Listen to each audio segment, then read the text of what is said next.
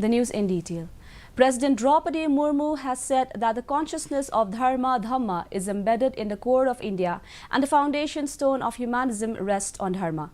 She was addressing the inauguration ceremony of the 7th International Dharma-Dhamma Conference in Bhopal today. The president said that in the present times, it is everyone's duty to protect and enhance the system based on morality. She said that this 3-day conference will give a new direction to the world and will be helpful in the development of humanism.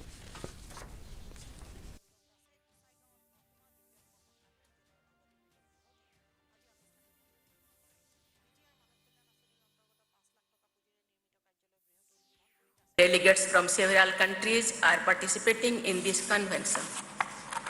Their participation in this convention underlines the universal appeals of the ideals of Dharma-Dhamma.